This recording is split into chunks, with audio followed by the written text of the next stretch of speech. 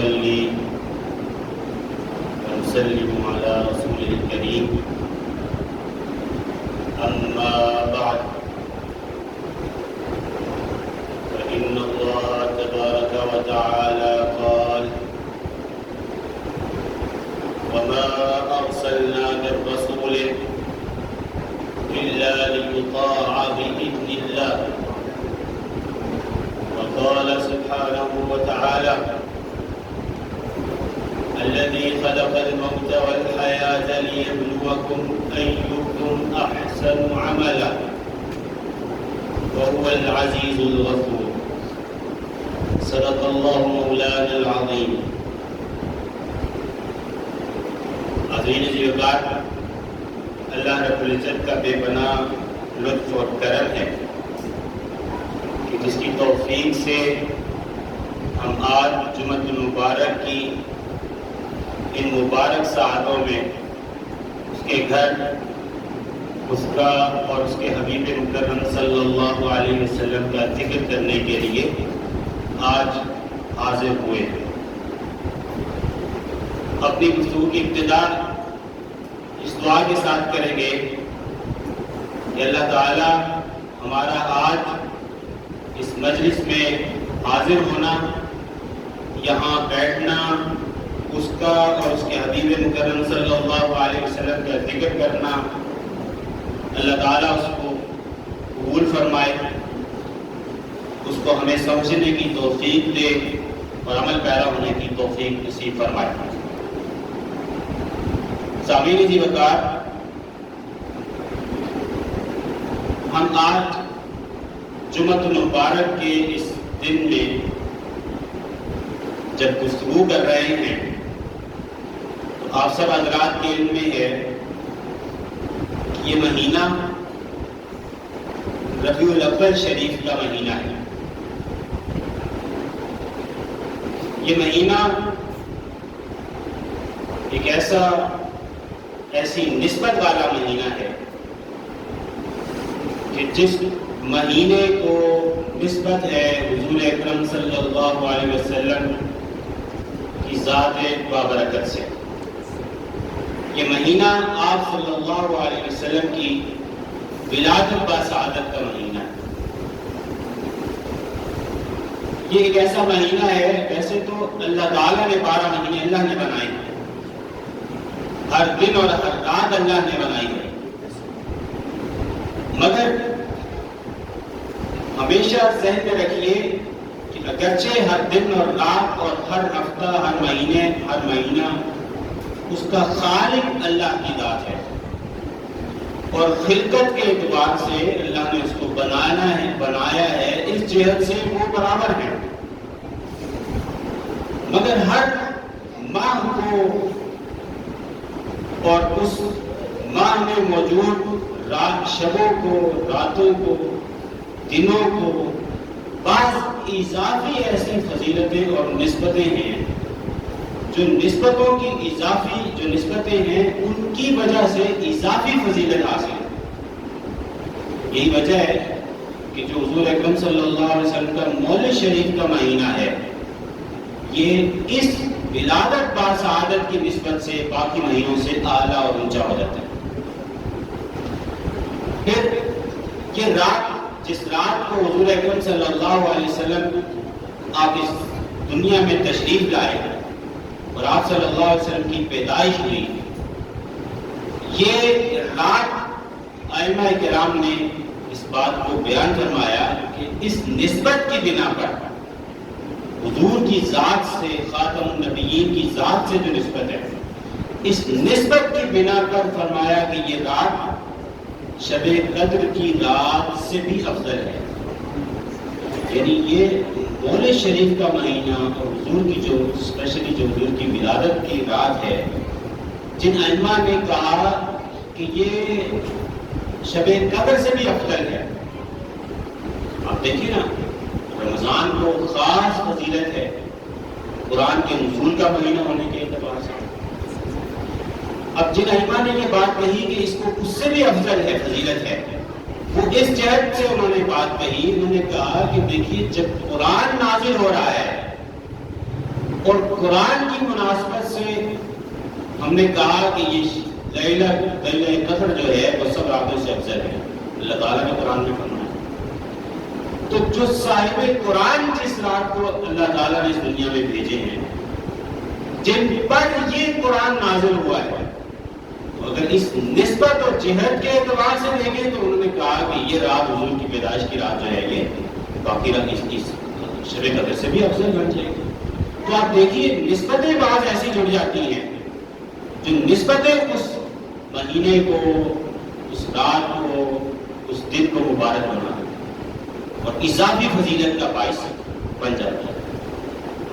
پھر یہ ایک ایسا مہینہ ہے کہ جس میں حضور کی ولادت ہوئی اور اس ولادت پر پوری امت اور ہر مسلمان صاحب ایمان کو اس ولادت پر خوشی کا اس کو خوشی نصیب ہوتی ہے۔ حضور کی پیدائش کا تصور کر کے انسان کو خوشی اور مسرت محسوس ہوتی ہے۔ دیکھیے سرکار کریم علیہ السلام کو اللہ تعالیٰ نے اس دنیا میں بھیجا امت کی ہدایت کے لیے، تو حضور وسیلہ اور ذریعہ ہے امت کی ہدایت کا، تو یہ بہت بڑی نعمت ہے۔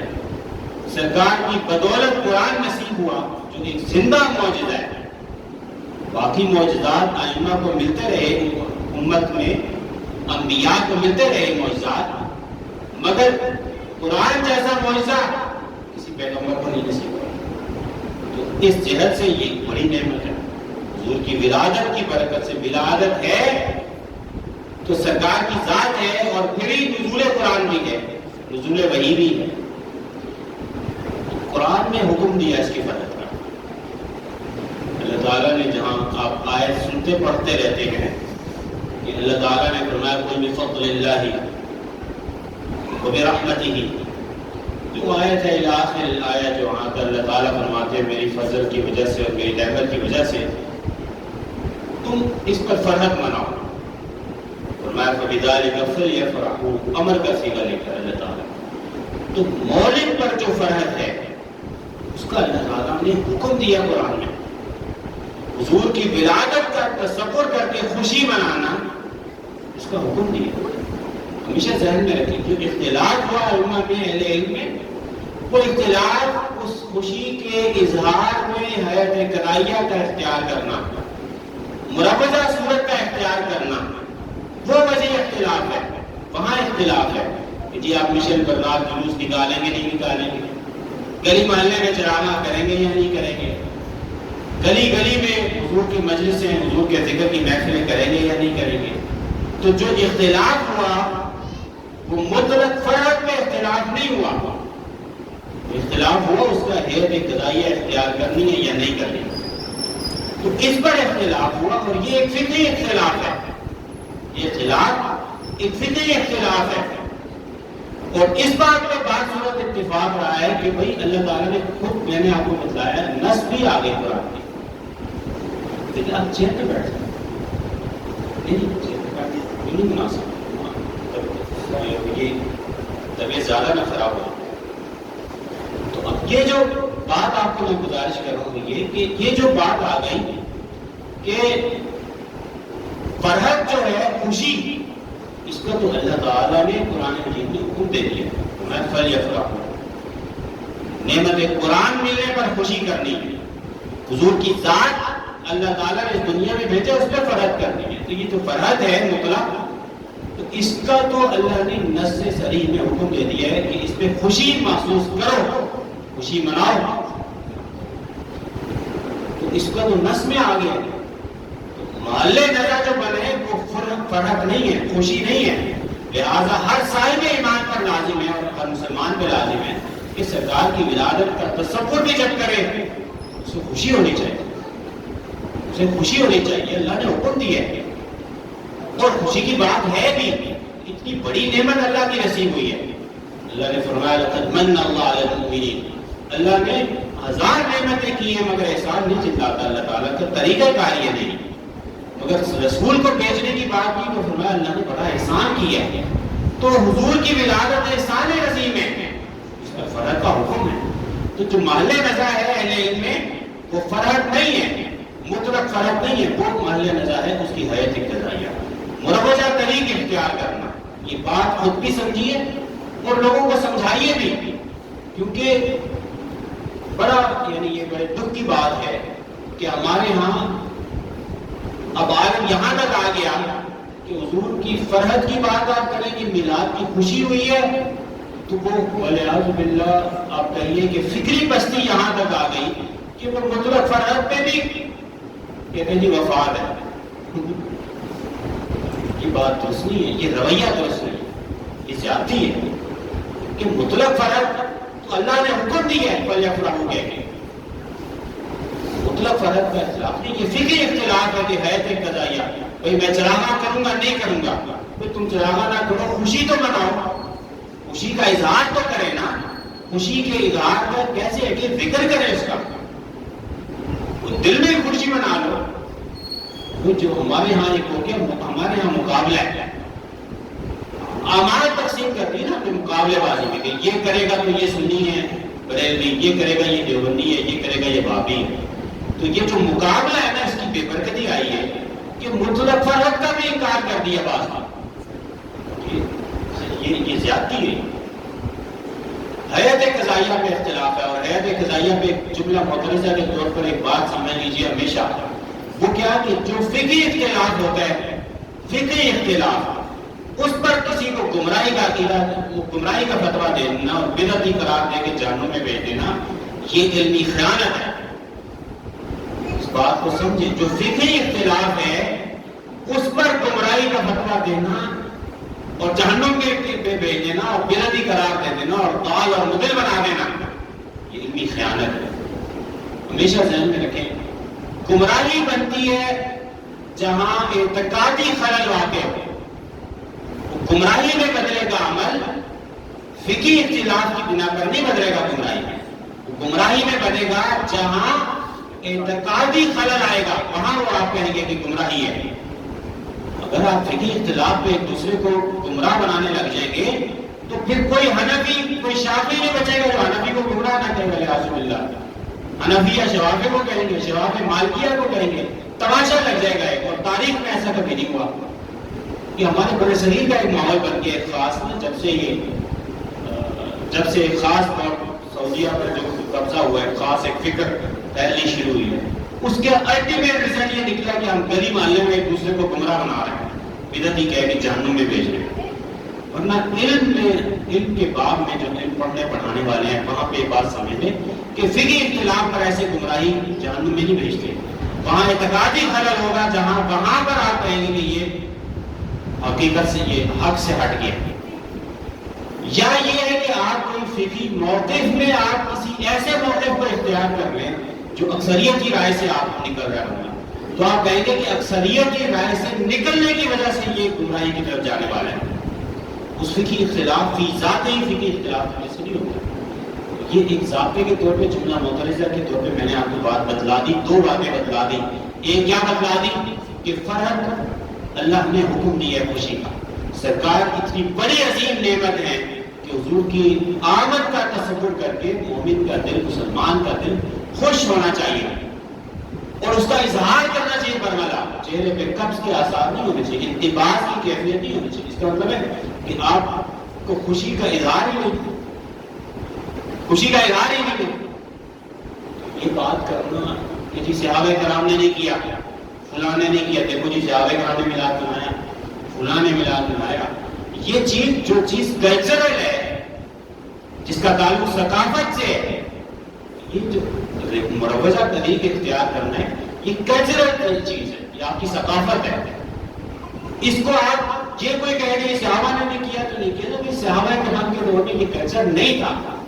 اگرچہ میلاد پر مطلق فرحت خود حضور کی سنت ہے، اگرچہ میلاد پر فرحت اور اس کا ذکر کرنا صحابہ کرام کی سنت سے ثابت ہے، اس کی اثر موجود ہے، مگر میں ایک جنرل ایک ضابطے کے طور پہ آپ کو بتلا رہا ہوں کہ یہ کہنا کہ جی صحابہ نے نہیں کیا لہذا گمراہی ہو گئی، یہ علمی خیانت ہے، ایسی بات نہیں ہوگی۔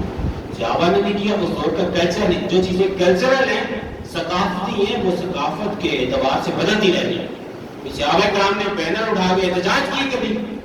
آپ آج سارے بینر اٹھا کے احتجاج کر رہے ہیں، اور بے شمار اس کی مثالیں بھی صحابہ کرام نے جو کون سا عمل تھا جو کیا صحابہ، یہ ایسی ان لاجیکل بات ہے.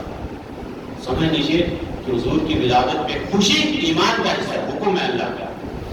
اور جو ایک فقہی اختلاف ہے مروجہ طریق رکھنا نہیں رکھنا، اس کی بنا پر اس درجہ محرومی میں نہ جائیں کہ آپ خوشی کا ذکر ہو تو آپ میں وفات کی. یہ جو ایک تصور ہے نا وفات کی طرف چلے جانا، یہ خیانت ہے، یہ بات درست نہیں ہے، یہ نہیں ہونی چاہیے.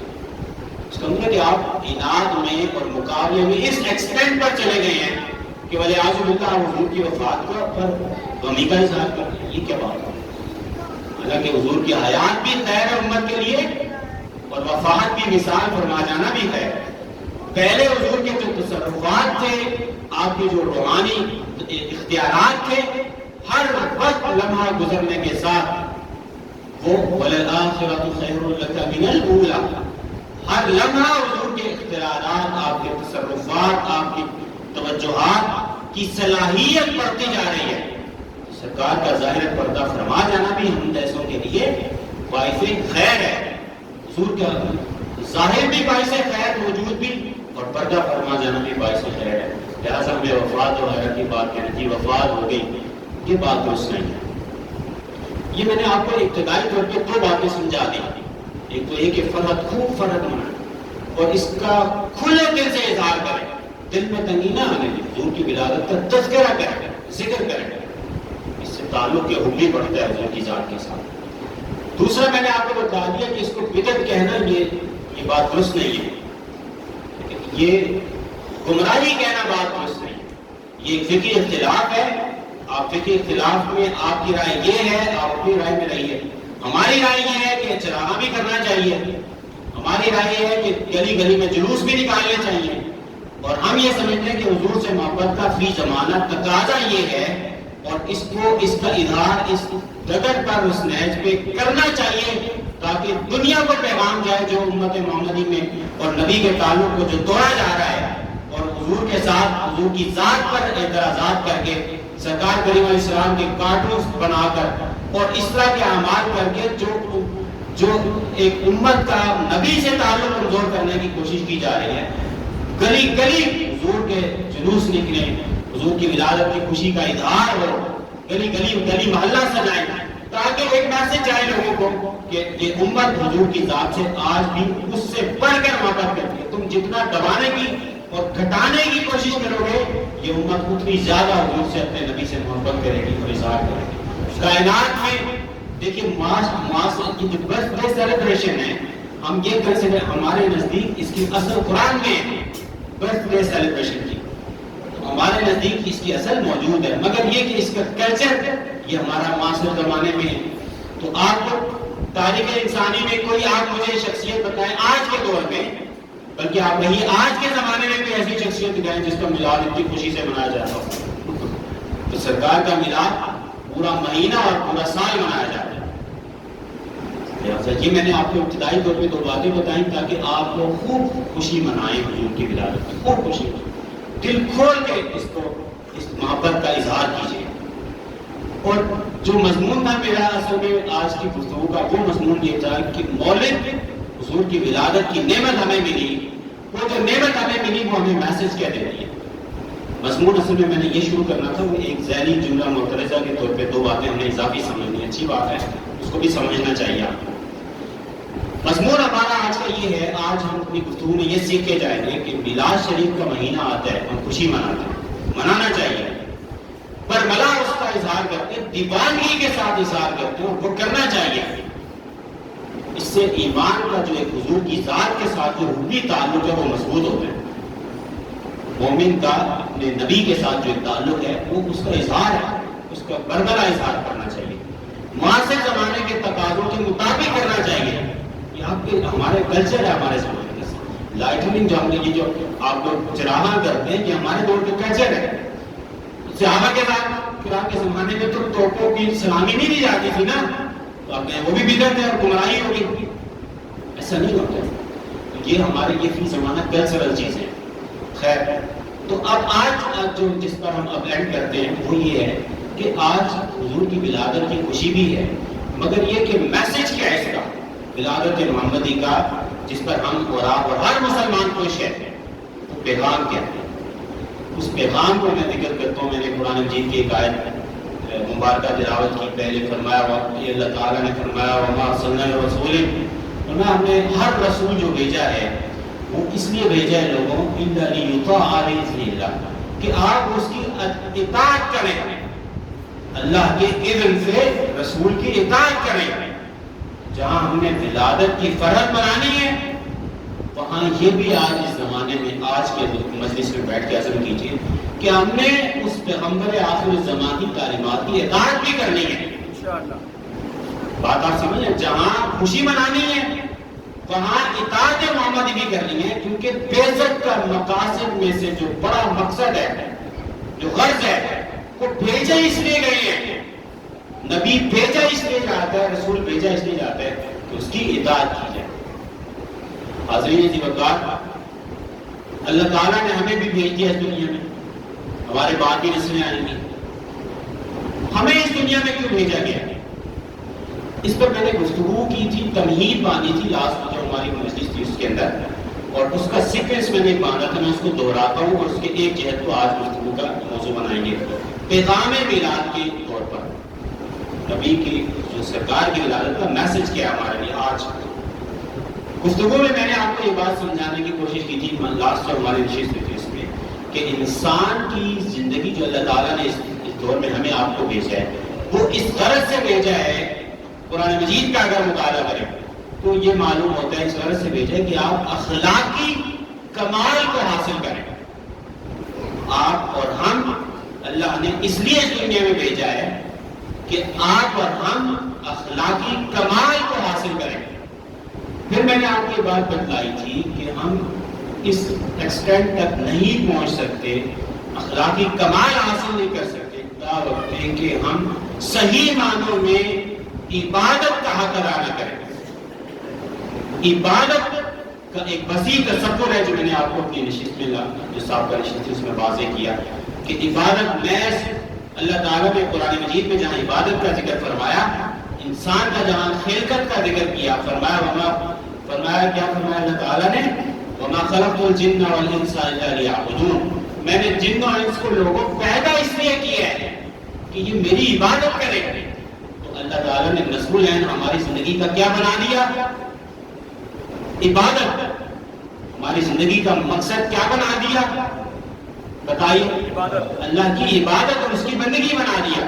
اب اگر آپ کہیں کہ عبادت سے مراد ہے بس نماز پڑھ لینا، تو لازم آئے گا کہ نماز کے علاوہ انسان اپنی مقصد زندگی کے مقصد سے ہی ہو جائے۔ اگر آپ کہیں کہ عبادت کا محض معنی ہے روزے رکھنا، تو لازم آئے گا کہ سال کے ایک سال کے بعد باقی جو 11 مہینے ہیں وہ انسان اپنی زندگی کے مقصد سے لاپرواہ غفلت میں گزار رہا ہے۔ اللہ تعالیٰ آپ کو عبادت کا وسیع تصور سمجھنا پڑے گا۔ اس کا مطلب ہے کہ عبادت ایک ایسا عمل ہے جو سانس کے ساتھ جس کا وجود ہے، بندگی ایک حال ہے، انسان جس حال میں تصور گزارتا ہے، زندگی گزارتا ہے کہ وہ اللہ کا بندہ ہے، اس کی سوچ اور فکر سے شروع ہو کے عزم اور ارادے تک، اس کے عمل سے شروع ہو کے اس عمل میں اخلاص اور الہیت تک، ہر موڑ پر اور ہر لمحے میں جو اللہ کی ذات کے کا بندہ ہونے کا تصور ہے اس عمل کو عبادت بنا دیتے۔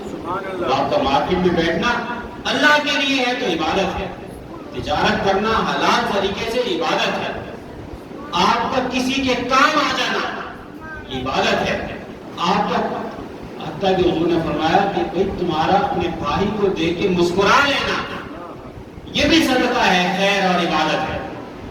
آپ کا مسکرا لینا اپنے بھائی کو دیکھ کے، کسی کا جھگڑا ختم کر دینا، عفو درگزر کر دینا، یہ عبادت ہے۔ تو عبادت کا ایک وسیع تصور ہے۔ ہم نے کہا کہ آپ اخلاقی کمال حاصل نہیں کر پائیں گے دعوت کہ عبادت کا حق ادا نہ کریں۔ اور اختتام ہم نے اپنی گفتگو کا کیا تھا کہ آپ عبادت میں کامل نہیں ہو سکیں گے دعوت کہ آپ کی عبادت میں للہیت غالب آ جائے۔ جو کریں اللہ کی رضا کے لیے کریں، جو عمل کریں اللہ کی رضا کے لیے کریں۔ اور یہی تعلیم اور تربیت حضور اکرم صلی اللہ علیہ وسلم نے دی، اور آپ کی پیدائش ہوئی اور آپ اس دنیا میں تشریف لائے امت کو یہ تعلیم اور تربیت دینے کے لیے کہ ہم اور آپ اپنی زندگی کا نصب العین کیا بنائیں کہ جو کام کرنا ہے اللہ کی رضا کے لیے۔ کامل نصب العین یہ ہے کہ آپ اخلاقی کمال حاصل کریں۔ اخلاقی کمال تک پہنچے گا جب آپ عبادت میں خالص ہوں گے، اور عبادت اپنے کمال کو پہنچے گی جب وہ ریاکاری اور دکھلاوا اور اس طرح کی چیزوں سے پاک ہو جائے گی، خالصۃ لوجہ اللہ ہو جائے گی۔ حاضرین زیرکات، آج کی گفتگو میں جو میں کچھ آیات تلاوت کرتا ہوں آپ کے سامنے، اس بنیادی جو تھیم ایک آپ کو میں نے پہلے بھی سمجھائی تھی، اسی کو کنٹینیو کرتے ہوئے پیغام میلاد کے نام سے سرکار کی ولادت میں جہاں ہمیں خوشی ہے، وہاں اب یہ بھی سمجھنا ہے کہ اس سرکار کی ہستی سے جو ہماری نسبت ہے اس کے تقاضے کیا ہیں۔ ایسے ہی زندگی نہ گزار کے چلے جائیں، بامقصد زندگی گزاریں، اور بامقصد زندگی میں پہلا صورت میں نے آپ کو بتایا کہ آپ نے اور ہمارے ذمہ لازم ہے کہ بہترین عمل کریں، اپنے جو کام آپ اپنے ذمہ لے رہے ہیں اس کو اللہ کی رضا کی خاطر کریں اور اس میں بیسٹ انپٹ دیں، بیسٹ انپٹ دیں۔ اس پہ ایک دو آیات سنیے۔ اللہ تعالیٰ نے قرآن مجید میں فرمایا الذی خلق الموت والحیات، اللہ تعالیٰ کی موت و حیات کو، زندگی موت کو پیدا اس لیے کیا ہے، اس لیے کیا ہے لیبلوکم، تاکہ وہ تمہیں آزمائے، ابتلا میں ڈالے، کیا ایکم احسن عملا، کہ تم میں بہترین عمل کون کرنے والا ہے۔ تو بھائی ہم اس دنیا میں بھیجے گئے ہیں تاکہ اچھے بہترین عمل کریں، ظلم نہ کریں، کسی کا حق تلفی نہ کریں، اپنی زندگیوں سے جھوٹ ختم کریں، فیر بنے، فیر بالکل، یہ نہیں کہ نفاق سامنے کچھ اور اس کے پیٹھ پیچھے کچھ ہو، منہ پر کوئی اور بات پیٹھ پیچھے کوئی اور بات، ایسا نہیں، بالکل ظاہر اور باطن ایک ہو جائے آپ کی، یہ ہماری زندگی کا مقصد اور ہدف ہے۔ ایک اور جگہ پہ اللہ تعالیٰ نے ارشاد فرمایا ثم جعلناکم خلائف فی الارض من بعدہم، فرمایا ان کے گزرنے کے بعد تمہیں میں نے خلیفہ بنایا ہے۔ اللہ تعالیٰ ہم سب کو مخاطب فرما رہے ہیں، غور سے سنیے کیا فرما رہے ہیں، فرما رہے ہیں کہ جعلناکم خلائف فی الارض، تمہیں خلافت دی ہے زمین کی، اس زمین پہ تمہیں ذمہ داریاں دی ہیں، ہر شخص ایک رائی ہے، اس کی ذمہ داری ہے، گھر کے اندر سے لے کر یعنی والد کی حیثیت میں ہے تو اس کی ذمہ داری ہے، اگر کوئی اولاد کی حیثیت میں اس کی ذمہ داری ہے، کوئی گلی محلے میں کوئی بڑے لیول پر ہے جو جس لیول پر اپنی ذمہ داری ادا کر رہا ہے، قرآن کی آیت سنیں، اللہ تعالیٰ فرما رہے ہیں کہ تمہیں خلافت دی ہے اس زمین میں، اور کیوں دی ہے لننظر کیف تعملون، تاکہ میں یہ دیکھوں، ہم یہ دیکھیں، اللہ تعالیٰ فرما رہے ہیں ہم یہ دیکھیں گے کہ تم کیا عمل کرتے ہو اور کیسا عمل کرتے ہو۔ سمجھ لیجئے کہ ہمیں جو اختیار، جس کو جو ملا اختیار، وہ اختیار اللہ تعالیٰ اب دیکھیں گے کہ اختیار لینے کے بعد یہ بندہ کیا عمل کرتا ہے۔ کسی کو مالی وسعت ملی ہے تو مالی وسعت دے کے لوگوں کے غربا میں ان کی مدد کر رہے ہیں، یا جو دوسرا اس کا حق تلفی مزید پڑ گئی اس کی۔ کسی کو کوئی اختیار ہے، کسی کے پاس کوئی اختیار ہے، کسی کے پاس کمپنی ہے مثلا، تو جو اپنے امپلائیز ہیں ان پر ظلم اور استحصال کرتا ہے، خون نے چوڑا ان کا، یا یہ کہ ان کی کیئر کر رہا ہے، ان کا خیال رکھتا ہے، ان کو الاؤنسز دیتا ہے مختلف مدات میں کہ چلو ان کا بھلا ہو جائے، ان کو سپورٹ کرتا ہے۔ کوئی دکان کا مالک ہے تو اللہ تعالیٰ آپ کو اور ہمیں دیکھے گا کہ یہ آپ دکان کے مالک ہیں، فیکٹری کے مالک ہیں، تو اپنے جو جونیئر ملازم کام کرنے والے اس کی کیسی رعایت کر رہے ہو۔ تو جو شخص جہاں پر بھی اختیار رکھتا ہے اللہ تعالیٰ کا یہ بات سن لیجئے، اللہ تعالیٰ نے فرمایا لننظر کیف تعملون، تمہیں اختیار اس لیے دی ہے، خلافت اس لیے دی ہے کہ تم دیکھو کہ تم عمل کیا کرتے ہو۔ ایک جگہ پہ اللہ تعالیٰ نے ارشاد فرمایا وَهُوَ الَّذِي خَلَقَ السَّمَاوَاتِ وَالْأَرْضَ فِي سِتَّةِ أَيَّامٍ، 6 روز میں یعنی تخلیق اور ارتقاء کے 6 جو مراحل ہیں ان میں اللہ تعالیٰ نے آسمان زمین کو پیدا کیا۔ وَكَانَ عَرْشُهُ عَلَى الْمَاءِ، اللہ تعالیٰ کا عرش جو ہے وہ تخت صدرت وہ پانی پر تھا، یعنی یہ خلقت باقی مخلوق کی تخلیق سے پہلے اللہ نے پانی سے آگے باقی چیزوں کو تخلیق کی. ایک جگہ فرمایا وَجَعَلْنَا مِنَ الْمَاءِ كُلَّ شَيْءٍ حَيٍّ. غالباً اس طرح سے ہے، میں حافظ نہیں کوئی غلط نہ ہوگا، غالباً اسی طرح سے ہے. تو ہر شے کو اللہ تعالیٰ نے جو زندگی دی ہے پانی سے دی ہے. تو اب اللہ تعالیٰ کا عرش اس پر تھا اور پھر اللہ تعالیٰ نے ہمیں آپ کو پیدا کر دیا انسانوں کو اور فرمایا لِيَبْلُوَكُمْ أَيُّكُمْ أَحْسَنُ عَمَلًا. مقصد کیا ہے؟ وہ یہ دیکھے کہ تم نے بہترین عمل کون کرنے والا. ایک جگہ اللہ تعالیٰ نے فرمایا كُلُّ نَفْسٍ ذَائِقَةُ الْمَوْتِ. بھئی دیکھو لوگوں، ہر شخص نے موت کا ذائقہ چکھنے. کائنات میں کوئی ایسا بندہ نہیں ہے جو دعویٰ کرے کہ میں 1000 سال جیوں گا. کوئی کر سکتا ہے؟ تو اس دنیا کے لیے کیوں ہم لوگ مرتے بڑھتے ہیں؟ جب یہاں پہ رہنا ہی نہیں ہے، رہنا ہی نہیں ہے تو کیوں مرتے بڑھتے ہیں اس کے لیے؟ یا اس کو آئیڈیلائز کیوں کرتے ہیں؟ یہ آئیڈیل بنانے کی جگہ نہیں ہے. فرمایا موت ذائقہ ہر کوئی چکھے گا اور فرمایا وَنَبْلُوكُمْ بِالشَّرِّ وَالْخَيْرِ. خیر اور شر سے اللہ تعالیٰ نے فرمایا فتنتاً، تمہیں آزمائی کے طور پر خیر اور شر سے تمہیں آزماؤں گا میں. تو خیر اور شر سے آزما رہے اللہ تعالیٰ اس دنیا میں بھیج کے اور فرمایا وَإِلَيْنَا تُرْجَعُونَ. ہماری طرف تمہیں لوٹ کے آتے. ایک اور آیت فرمایا دیکھیے وہ آپ کی گوش گزار کرتے ہیں. فرمایا أَفَحَسِبْتُمْ أَنَّا خَلَقْنَاكُمْ عَبَثًا. تم یہ گمان کرتے ہو کہ بلا وجہ بیکار کا پیدا کر دی ہے. وَأَنَّكُمْ إِلَيْنَا لَا تُرْجَعُونَ. اور ہمارے پاس لوٹ کے نہیں آنا. تو یہاں پر بھی جو میسج ہے وہ میسج یہ ہے کہ تم بہترین عمل کرو کیونکہ تم نے لوٹ کے ہمارے پاس واپس آنا ہے. اور ایک جگہ فرمایا وَلِلَّهِ مَا فِي السَّمَاوَاتِ وَالْأَرْضِ وَمَا فِي الْأَرْضِ. آسمان و زمین میں جو کچھ ہے اللہ کے لیے ہے. اور فرمایا اب دیکھیے غور کیجیے، فرمایا لِيَجْزِيَ الَّذِينَ أَسَاءُوا بِمَا عَمِلُوا. جنہوں نے برائی کی اللہ تعالیٰ ان کے برے عمل کی جزا انہیں دے گا. اور کیا فرمایا وَلِيَجْزِيَ الَّذِينَ أَحْسَنُوا بِالْحُسْنَى. جنہوں نے احسان اور بھلائی کی اللہ تعالیٰ کو بھلا بدلہ انہیں دے گا. تو ہمیں دنیا میں بھیجا ہے کہ ہم اچھے اعمال کریں. اور اس پر میں اپنی بات ختم کر کے آئندہ اس کو شروع کریں گے. اور میسج یہ ہے آج کہ جہاں ہم نے ولادت پر خوشی منانی ہے اور وہ ایمان کا، ہر مسلمان کے ایمان کا حصہ ہے اور کھل کر اس کا اظہار کریں. بالکل بھی ولادت کے اظہار میں تنگی نہ محسوس کریں. سرکار کی ولادت بہت عظیم نعمت اللہ تعالیٰ نے ہمیں دی ہے. اس کا ذکر کریں، وہاں یہ بھی سمجھیں کہ پیغمبر بعثت ہوئی کہ آپ اور ہم ہدایت پانے کے لیے ان کی ابتدا کریں، ان کی اطاعت کریں، ان کے بتلائے طریقے پر چلیں. اور بتلائے طریقے میں نے آپ کو ایک بات بتلا دی، وہ یہ کہ اللہ کے رسول نے ہمیں یہ بتلایا کہ بھیجا ہی اس لیے گیا ہمیں کہ ہم بھلے اعمال کریں اور اللہ تعالیٰ اس کو دیکھ رہا ہے. تو ہم آج اپنی گفتگو کو یہاں پہ اختتام پذیر کرتے ہیں اس دعا کے ساتھ. اور اب سب آپ عہد کریں گے انشاءاللہ بشمول میرے کہ ہم آج سے یہ عہد کریں میلاد کے مہینے میں سرکار کی ولادت کے صدقے سے اللہ ہمیں یہ توفیق نصیب کرے کہ جو عمل کریں گے اللہ کی خاطر کریں گے. بتائیں انشاءاللہ ذرا مضبوط جواب آنا چاہیے انشاءاللہ اللہ کی توفیق سے. اور ہمیشہ ذہن میں رکھیں خیر کا عمل اختیار کریں گے. آج کے بعد کوشش کریں گے کہ برا عمل نہیں کرنا، بھلائی اور خیر کا عمل کرنا. بتائیں کریں گے انشاءاللہ. اللہ تعالیٰ کی حضور دعا ہے کہ اللہ تعالیٰ ہمیں جو کہا سمجھ کر عمل کی توفیق نصیب فرمائے. وما علیہ الا البلاغ.